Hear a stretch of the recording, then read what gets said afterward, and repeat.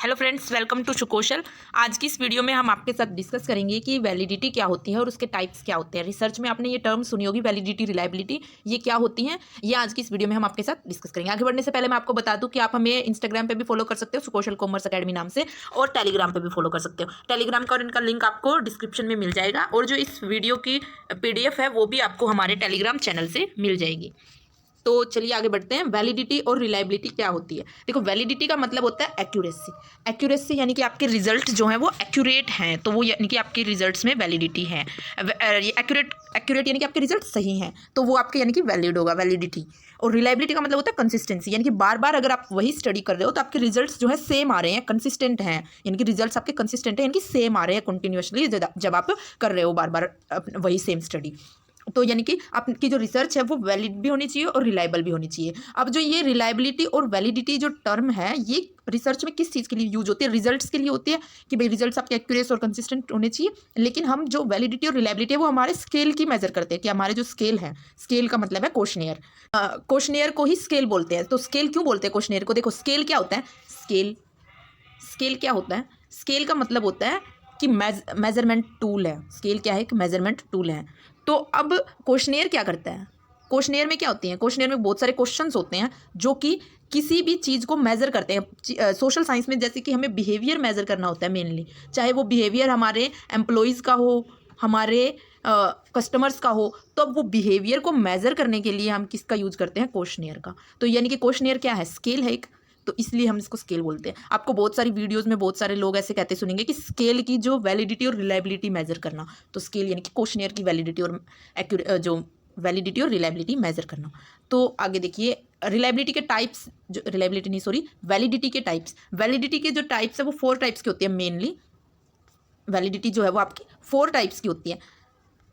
4 types की, यानी कि face validity, content validity, criteria validity और कंस्ट्रक्ट वैलिडिटी। अब जो ये क्या होती हैं, डिटेल में आगे चलो डिस्कस करते हैं। जो हमारी फेस वैलिडिटी है, सबसे पहले फेस वैलिडिटी का मतलब है देख के ही पता चलना, कि फेस से देख के ही पता चल जाना कि आपका जो आपने जो आइटम्स लिए हैं अपने स्केल में वो वैलिड है या नहीं है, एक्यूरेट है या नहीं है, उस चीज़ को मेज़र करने के लिए जो आप मेज़र करना चाह रहे हो। जैसे हमें किसी का डाइट प्लान मेज़र करना है, हम किसी का डाइट मेज़र कर रहे हैं, हम किसी की तो डाइट मेज़र करें, तो हमें उसमें किससे रिलेटेड क्वेश्चंस डालने हैं, कि वो जैसे ब्रेकफास्ट में कौन से आइटम्स कंज्यूम कर रहे हैं, अपने लंच में कौन से आइटम्स कंज्यूम कर रहा है, वो कितने स्नैक्स कंज्यूम कर रहा है, ऐसे आइटम्स अगर होंगे तो यानी कि फेस वैलिडिटी है, वो देखते ही पता चल जाएगा कि फेस वैलिडिटी है। लेकिन जो ये फेस वैलिडिटी होती है ये सब्जेक्टिव मेजर है। सब्जेक्टिव मेजर का ये जो फेस वैलिडिटी होती है ये सब्जेक्टिव मेजर है। सब्जेक्टिव मेजर कैसे है?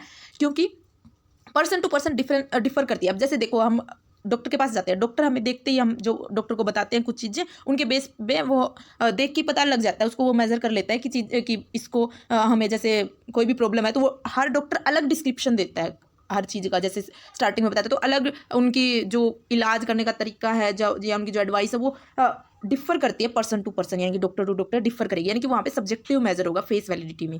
लेकिन जो आगे जो, इसलिए इसको हम वीकेस्ट फॉर्म ऑफ वैलिडिटी भी बोलते हैं, कि सबसे वीक जो होती है वो फेस वैलिडिटी होती है, जिसको हम सिर्फ देख के पता लगाते हैं। जैसे हमने क्वेश्चनेयर दिखा और देख के हमने आइटम्स देखे, और आइटम्स देख के हमें पता, हमने देखा हाँ ये ठीक है, ये डाइट प्लान के लिए है, या ये बिहेवियर के लिए, हाँ ये आइटम्स होते हैं तो बिहेवियर के लिए। तो ये जजमेंट के बेस पे हो गया, और ये सब्जेक्टिव हो गया, फिर इसमें सब्जेक्टिविटी आती है। अब नेक्स्ट जो है वो क्या होती है?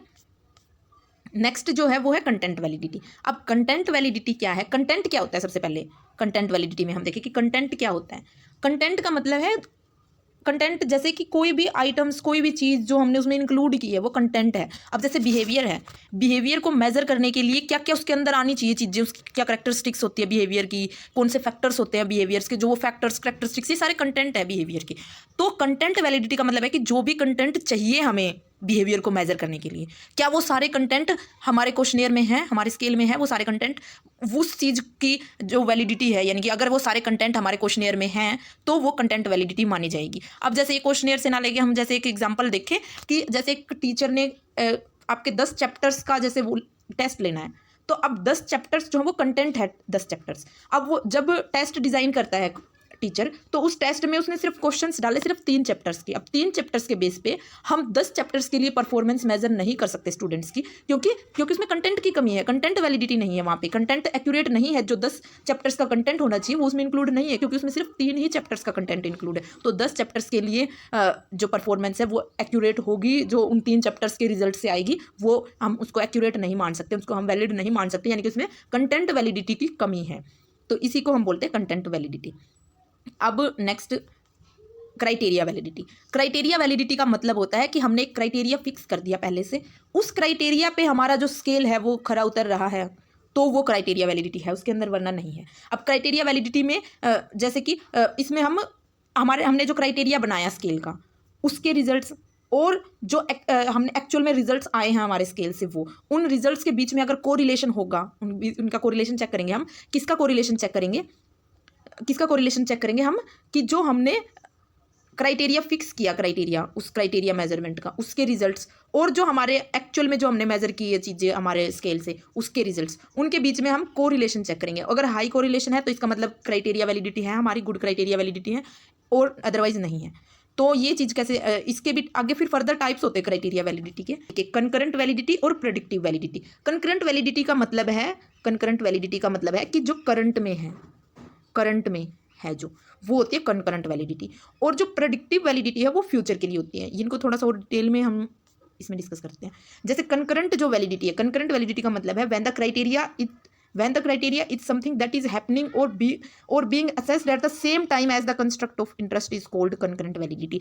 इसका क्या मतलब है कि हमने जो क्राइटेरिया जो फिक्स किया, उस क्राइटेरिया के भी हम रिजल्ट्स को सेम टाइम पे वो क्राइटेरिया के रिजल्ट्स मेजर कर रहे हैं, और सेम टाइम पे हमारे एक्चुअल जो रिजल्ट्स हैं वो मेजर कर रहे हैं, तो फिर उनके बीच में कोरिलेशन देखना वो कंकरेंट वैलिडिटी होता है। जैसे कि एम्प्लॉयर ने 2 टेस्ट बना लिए पहले ही, दोनों टेस्ट का अगर रिजल्ट सेम आ रहा है, दोनों टेस्ट के रिजल्ट्स में अगर कोरिलेशन है, हाई कोरिलेशन है, तो यानी कि कंकरेंट वैलिडिटी है, यानी कि दोनों टेस्ट सेम टाइम पे हमने परफॉर्म किए दोनों टेस्ट, और दोनों टेस्ट का सेम रिजल्ट, फिर उन दोनों टेस्ट के रिजल्ट्स में जो कोरिलेशन है वो भी हाई है, तो वो कंकरेंट वैलिडिटी होगी हमारे उस टेस्ट के अंदर।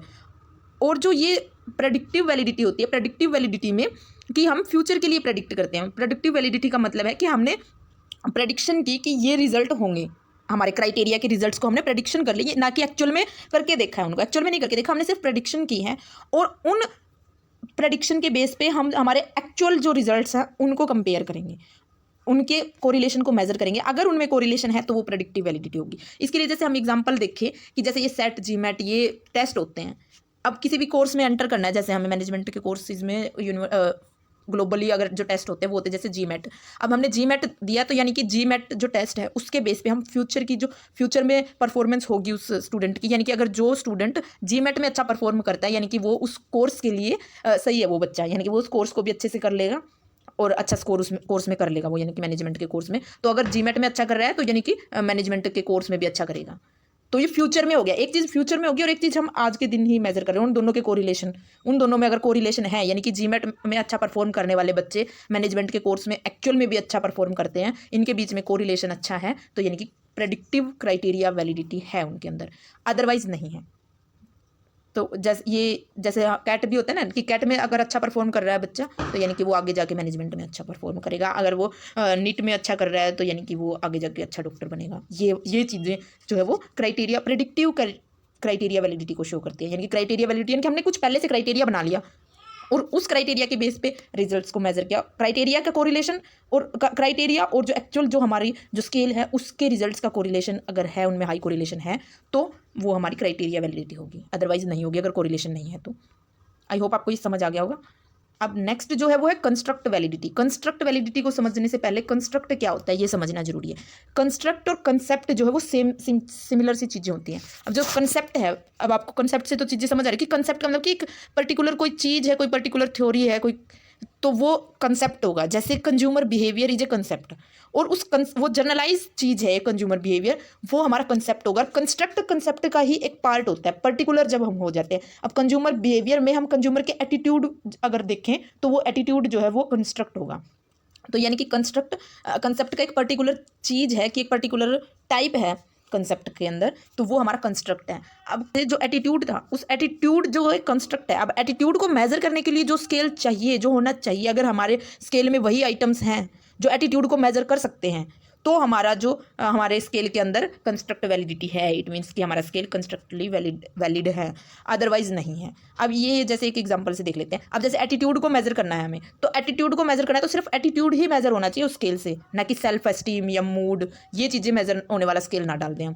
जैसे कि हमने एम्प्लॉय एंगेजमेंट डालना है, अब हम एम्प्लॉय एंगेजमेंट से रिलेटेड हमने स्केल डालना है। एम्प्लॉय एंगेजमेंट क्या है? कंस्ट्रक्ट है। अब हमें स्केल में वही आइटम यूज़ करने हैं जो कि एम्प्लॉय एंगेजमेंट को मेजर करें, ना कि एम्प्लॉय एम्पावरमेंट को मेजर करें। एम्प्लॉय एम्पावरमेंट अलग कंस्ट्रक्ट है और एम्प्लॉय एंगेजमेंट अलग कंस्ट्रक्ट है। तो कंस्ट्रक्ट को मेजर करना, ये वैलिडिटी जो कंस्ट्रक्ट जो है, एक्चुअल जो कंस्ट्रक्ट है सिर्फ उसी को मेजर करे अगर हमारा स्केल, तो वो कंस्ट्रक्ट वैलिडिटी है, यानी कि हमारे स्केल के अंदर।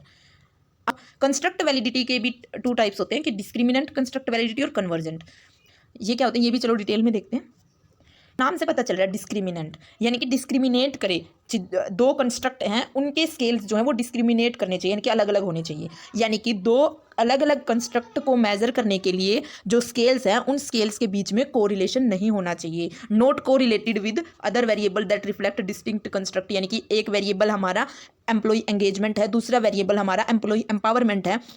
तो ये डिफरेंट कंस्ट्रक्ट हैं 2, तो जो हम स्केल यूज करें उससे सिर्फ एम्प्लॉय एंगेजमेंट ही जो है, एम्प्लॉय एंगेजमेंट ही जो मेजर होनी चाहिए, ना कि एम्प्लॉय एम्पावरमेंट। तो एम्प्लॉय एम्पावरमेंट के लिए अलग स्केल होगा, तो यानी कि इन दोनों के स्केल्स में कोरिलेशन नहीं होना चाहिए, ये कोरिलेटेड नहीं होने चाहिए। अलग वेरिएबल है, डिफरेंट कंस्ट्रक्ट है, तो इनका स्केल भी डिफरेंट होना चाहिए। तो वो चीज़ जो है वो डिस्क्रिमिनेंट कंस्ट्रक्ट वैलिडिटी है, यानी कि उनके बीच में अगर कोरिलेशन नहीं है तो डिस्क्रिमिनेंट कंस्ट्रक्ट वैलिडिटी है हमारे स्केल में। अगर 2 डिफरेंट वेरिएबल के जो स्केल है वो कोरिलेटेड नहीं है आपस में, तो यानी कि डिस्क्रिमिनेंट कंस्ट्रक्ट वैलिडिटी है।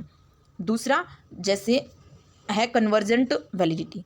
अब कन्वर्जेंट वैलिडिटी क्या होती है? कन्वर्जेंट वैलिडिटी मीन्स कि जो हमारा ही जो स्केल है, उस स्केल के लिए चाहे एक स्केल यूज करे चाहे दूसरा स्केल यूज करे, जो हमारा कंस्ट्रक्ट है, जो हमारा कंस्ट्रक्ट है, जैसे कि ये बीपी मेजर करना है पेशेंट का, तो बीपी एक कंस्ट्रक्ट है। अब बीपी को मेजर करने के लिए चाहे हम किसी भी स्केल का यूज करें, अलग अलग टाइप्स के मेजरमेंट स्केल्स का हम यूज करें, तो लेकिन जो रिजल्ट्स हैं, जो आंसर है, वो हर बार सेम ही आएंगे, चाहे हम अलग अलग स्केल का यूज कर लें। तो वहाँ पे हमारी कन्वर्जेंट कंस्ट्रक्ट वैलिडिटी। अब देखो इनमें दोनों में डिफरेंस क्या था डिस्क्रिमिनेंट और कन्वर्जेंट में? डिस्क्रिमिनेंट का मतलब है 2 अलग वेरिएबल लेकिन स्केल उनका सेम नहीं होना चाहिए, और जो कन्वर्जेंट है उसका मतलब है कि जो कंस्ट्रक्ट है वो एक ही है और उस कंस्ट्रक्ट के स्केल अलग अलग हो सकते हैं।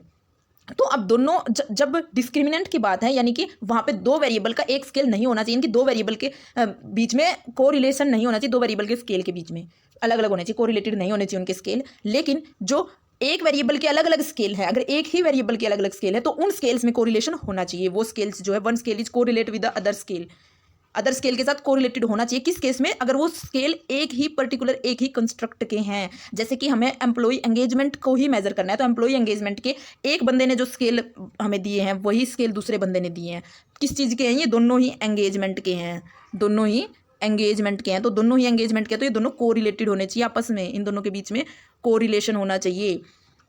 और अगर हमारा जो है वो हम इसकी बात करें डिस्क्रिमिनेंट की, डिस्क्रिमिनेंट का मतलब है कि एक तो है डिस्क्रिमिनेंट की अगर हम बात करें तो डिस्क्रिमिनेंट का मतलब है एक है हमारे पास एम्पावरमेंट, एम्प्लॉय एम्पावरमेंट, दूसरा है हमारे पास एम्प्लॉय एंगेजमेंट।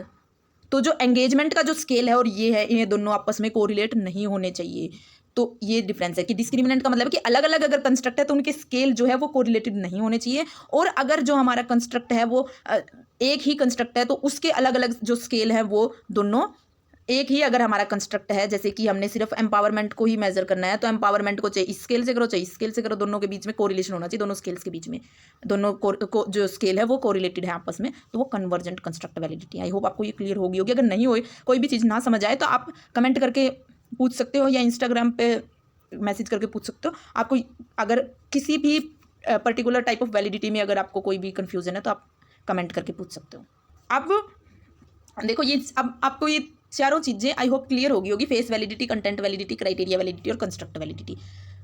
अब कुछ और भी टाइप्स ऑफ वैलिडिटी होती हैं, जैसे कि अब आप लोगों ने कई बार ये भी सुना होगा कि इंटरनल वैलिडिटी और एक्सटर्नल वैलिडिटी क्या होती हैं। तो इंटरनल वैलिडिटी और एक्सटर्नल वैलिडिटी, इनको और एक बार डिस्कस कर लेते हैं। इंटरनल वैलिडिटी का क्या मतलब है? Internal validity means relate on to how well the study is conducted. Internal validity is the extent to which study establish a trustworthy cause and effect relationship, यानी कि जो हमने कोज एंड अफेक्ट रिलेशनशिप हमारे experimental research में जो हमने cause and effect relationship establish की है वो ट्रस्ट वर्दी है। अगर वो ट्रस्ट वर्दी है तो यानी कि इंटरनल वैलिडिटी है, यानी कि एक्यूरेट है। हमारा हमने जो दो वेरिएबल्स, एक इंडिपेंडेंट और डिपेंडेंट वेरिएबल में के बीच में रिलेशन देखा और वो रिलेशन ट्रस्ट वर्दी है, यानी कि हमारे जो इंडिपेंडेंट वेरिएबल की वजह से डिपेंडेंट वेरिएबल में चेंज आ रहा है, अगर हमारा इंडिपेंडेंट वेरिएबल जो इंडिपेंडेंट वेरिएबल होता है उसकी वजह से हमारे डिपेंडेंट वेरिएबल में अगर चेंज आ रहा है तो यानी कि हमारा जो रिजल्ट है वो इंटरनली वैलिड है, यानी कि इंटरनल वैलिडिटी है हमारे स्टडी में। अब इंटरनल वैलिडिटी है, लेकिन एक्सटर्नल वैलिडिटी क्या होगी फिर? एक्सटर्नल वैलिडिटी का मतलब है, अब इंटरनली वैलिड है, यानी कि इंटरनली वैलिडिटी है कि हमारी जो स्टडी है वो एक्यूरेट है, यानी कि जो कोज एंड अफेक्ट रिलेशनशिप हमने बताया वो ट्रस्ट वर्दी है, वो सेम है, मतलब हर बार तो वो रिलायबल हो जाएगा जब, यानी कि इंटरनल वैलिडिटी का मतलब है कि जो हमने कोज और अफेक्ट रिलेशनशिप है वो एक्यूरेट है, यानी कि वैसा ही रिलेशन है उनमें कि एक आइटम के चेंज होने से दूसरे आइटम पे ये फर्क पड़ता है, यानी कि इंडिपेंडेंट वेरिएबल में चेंज होने से डिपेंडेंट वेरिएबल में के ऊपर फर्क पड़ता है, वो इंटरनल वैलिडिटी। अब एक्सटर्नल वैलिडिटी का क्या मतलब है? एक्सटर्नल वैलिडिटी का मतलब है कि जो चेंज था इंडिपेंडेंट और डिपेंडेंट वेरिएबल में जो रिलेशनशिप थी वो रिलेशनशिप को हम जर्नलाइज भी कर सकते हैं, यानी कि अलग सर्कमस्टांसिस में अगर उसको हम करके देखेंगे, उसी सेम स्टडी को सेम रिजल्ट्स हम अलग सर्कमस्टांसिस में मेजर करेंगे तब भी उन दोनों वेरिएबल के बीच में सेम रिलेशन होगा, यानी कि जर्नलाइजेबल है। जर्नलाइजेबल का यही मतलब होता है जर्नलाइजेशन का कि हमने स्टडी की हमारे पर्टिकुलर एरिया में, अगर हम उसको अलग सर्कमस्टांसिस में करके देखेंगे, यानी कि हम उसको एक छोटे से स्केल पे करके बाद में बड़े एरिया में अगर हम उनको जर्नलाइज कर सकते, छोटे स्केल पे करके बड़े एरिया में जर्नलाइज कर दिया तो यानी कि वो जर्नलाइजेशन उसी को बोलते हैं।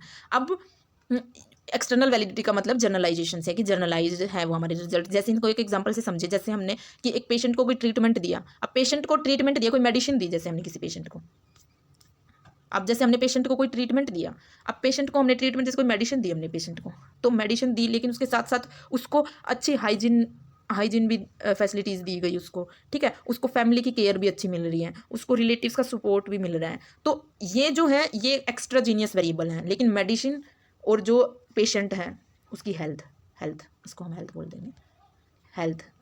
अब हेल्थ क्या है? डिपेंडेंट वेरिएबल है और मेडिसिन है जो इंडिपेंडेंट वेरिएबल है। मेडिसिन के देने की वजह से उसकी हेल्थ पे क्या इफेक्ट आ रहा है, लेकिन अब मेडिसिन की वजह से हेल्थ पे इफेक्ट आ रहा है ये जरूरी नहीं है, क्योंकि जो रिलेटिव्स हैं उन मिलने आते थे भाई हॉस्पिटल में उससे, उसकी वजह से भी उसकी हेल्थ पे जल्दी सुधार आ गया, उसको अच्छे हाइजीनिक कंडीशन में रखा गया, इसकी वजह से उसकी हेल्थ में सुधार, इसकी वजह से भी आ सकता है, फैमिली की वजह से भी उसकी हेल्थ पे इफेक्ट आ सकता है, जरूरी नहीं है कि मेडिसिन की वजह से ही आया हो।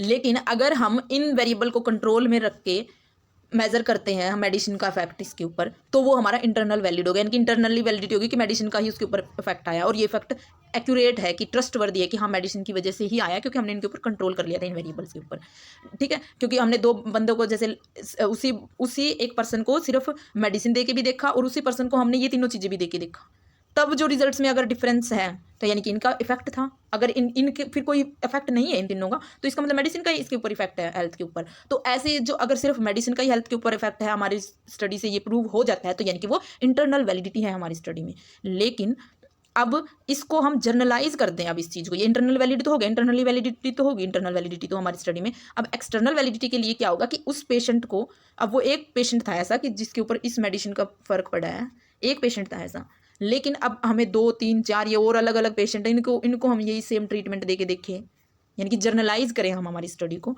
तो वो हमारी एक्सटर्नल वैलिडिटी होती है। अब जैसे कोविड के केस में हम देखें कि जब कोविड की वैक्सीन हमने 10 लोगों के ऊपर यूज करके देखी हमारी स्टडी में कि कोविड की वैक्सीन है उससे उनके ऊपर क्या इफेक्ट आ रहा है, तो वो इंटरनल वैलिडिटी होगी कि हाँ उनके ऊपर इफेक्ट आ रहा है एक्चुअल में, मेडिसिन का, वैक्सीन का जो उनके ऊपर एक्चुअल में फ़र्क आ रहा है, तो वो इंटरनल वैलिडिटी हो गई।